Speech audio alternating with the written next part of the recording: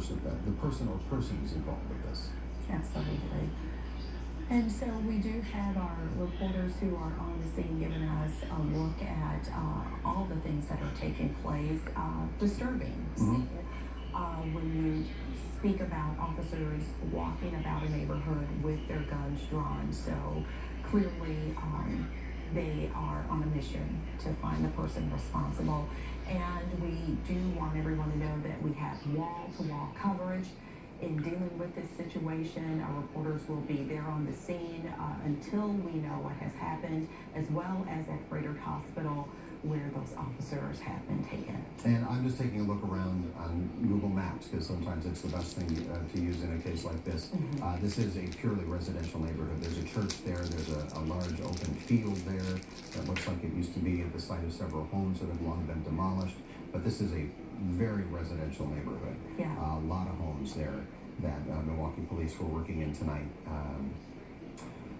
And Mike even spoke of a school. Yeah, Starnes is not far from this location as well. That's just a little bit further west of where this is all taking place.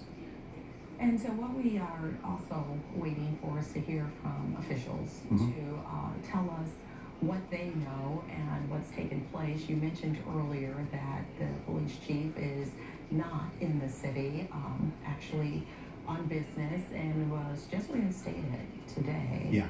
This is, and I'm sure Chief Norman is trying to get back there as quickly as he can, hearing what's happened to a couple of his officers tonight. But he, out of town in Texas at a police chief's conference, he was renewed as the chief of police in the city of Milwaukee earlier this evening by the Fire and Police Commission. It's a meeting he dialed into on Zoom or Skype, whatever service they use to do that. But he dialed in remotely and accepted a new term as chief of police in the city of Milwaukee, and no idea that this was going to be what he would be coming home to. And it's just the worst case for anybody who serves our community in this capacity. Have we lost all of our feeds from the field at this time? I don't see anything. Okay. Okay, all of our crews are moving right now. Are they moving for their safety, or are they moving just to get better vantage points? Okay. So no threats to anybody's safety out there. That's paramount for our crews out there, as well as for anybody who lives in that neighborhood. But we're going to be without our crews in the field for just a couple of minutes. So let's bring it back up to speed on what we know. It was around 9:10 tonight. There was a shooting in the 2200 block rather, of Garfield on the near north side of the city of Milwaukee, roughly Fond du Lac and north. The call came in to Milwaukee Police Dispatch as a shooting. We now know it was so much more than that, as it's described to us by our sources of an ambush of Milwaukee police officers working in that area tonight. 2 officers shot, one of them in really rough shape, taken to the hospital. The other officer lost his life in the line of duty. That is what we know at this time. In addition to, there is a big search going on in the area around 24th and Garfield for the person or people who did this. And neighbors reported to and seeing 2 officers being rushed off to the hospital with motorcycles following. So a very serious situation for everyone involved. And like you said, over the years, we've seen far too many police shootings, and here yet we are there again, and we've watched over the years how traumatizing this is, not only to the police force, but to the families and to the families of officers who go to work on a daily basis. I mean, just think of how difficult the stretch has been for the Milwaukee Police Department. This will now be the 6th officer to lose his life in the line of duty just since 2018, and that's coming after a 22-year period where there were no fatalities in the line of duty in the Milwaukee Police Department. So it has been a very, very difficult stretch for the Milwaukee Police Department. Well, we've got Mike Burmeister, who is standing by. Looks like he has moved around in the neighborhood. Mike, what do we know that we didn't know just a few minutes ago?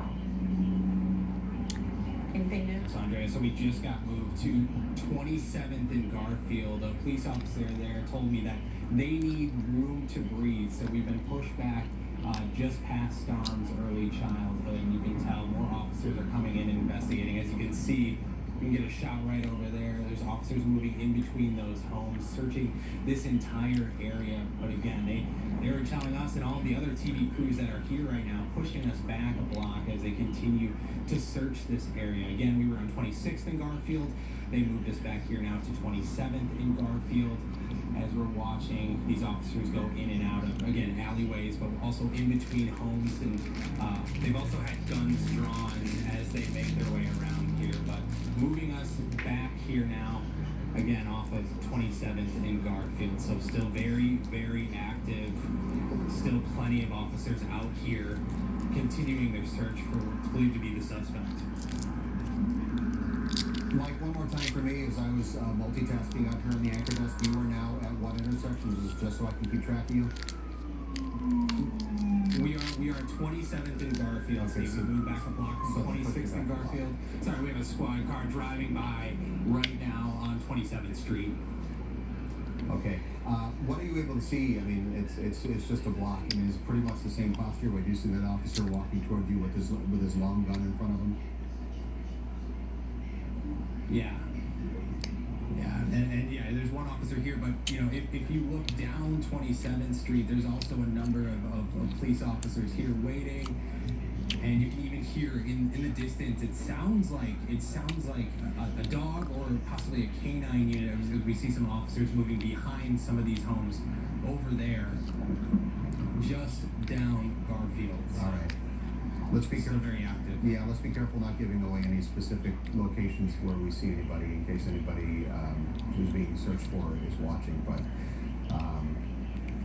good to know that police are pretty much crawling over every single yard in that neighborhood tonight. Mike, in terms of radius from 24th and Garfield, where this happened, how far out are they? If they pushed you back to 27th, is it looking like 3 blocks in pretty much every direction from this address? Yes. Steve, I'd say so, about 3 or 4 blocks in every direction here. It is a very large perimeter, and as I was driving around, they were shutting down different streets as I was trying to make it over here. So that's certainly a large perimeter. Okay. Mike Beermeister, thank you. We're going to keep your camera up for a little bit, but we're going to let you go figure out what you can learn there at 27th and Garfield. We've also learned from the Milwaukee County Sheriff's Office. They are now providing mutual aid to Milwaukee Police, so they'll probably be handling some traffic situations outside the perimeter. Milwaukee Police handle the search inside of it. That'll just free up a lot more Milwaukee Police officers to do the work of looking for their suspects tonight. But Milwaukee County Sheriff has now joined the effort this evening. And do we have Miriam who's ready to give us an update where she is? Miriam, please tell us where you are and what you've learned up to this point.